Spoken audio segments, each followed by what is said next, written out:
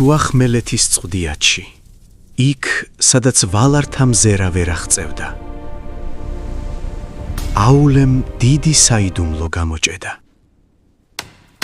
მან ჯუჯები შექმნა, რადგან მელკორი ბატონობდა, აულემ ისინი ძლიერნი და მტკიცენი გამოკვეთა. 7 მამა შექმნა მან და საიდუმლო დასწავლიდა მათ. მაგრამ ილუვატარმა ყოველივე იცოდა და ესმა აულეს მისი ხმა. რად ლამობ იმის ქმნას, რაც შენს ძალას აღემატება? არა, მამაო, მე მხოლოდ მათი სიყვარული მწადდა. თუ კადნიერებაა ჩემი ქმნილება, მე თავად მოვსპობ მათ.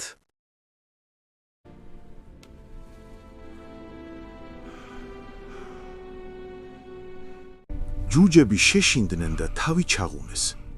ილუატარმა შეაჩერა აულე. ვერ ხედავ, მათ სიცოცხლე აქვთ, რადგან შეეშინდათ. მე მივიღებ შენ შვილებს, მაგრამ ისინი არ მოვლენ პირმშოთა უწინარეს. მათ უნდა იძინონ ქვისაკვნებში, ელფთა გამოღვიძებამდე. აულემ გაანდო საიდუმლო თავის მეუღლეს, იავანას. იავანამ თქვა, შენი შვილები უროთი და ნაჯახით მოვლენ და ჩემს ხეებს მოკვეთენ. დამწუხრებული იავანა მანუეს ეახლა და შესთხოვა. ნუ თუ არაფერი დაიცავს ჩემს ქმნილებებს. და მანუემ იხილა ილუატარის პასუხი. როცა შვილები გაიღვიძებენ, ხეებსაც ჩაუდგებათ სული. ტყეებში ივლიან ხეთამწყემსები და მათი რისხვა საზარელი იქნება.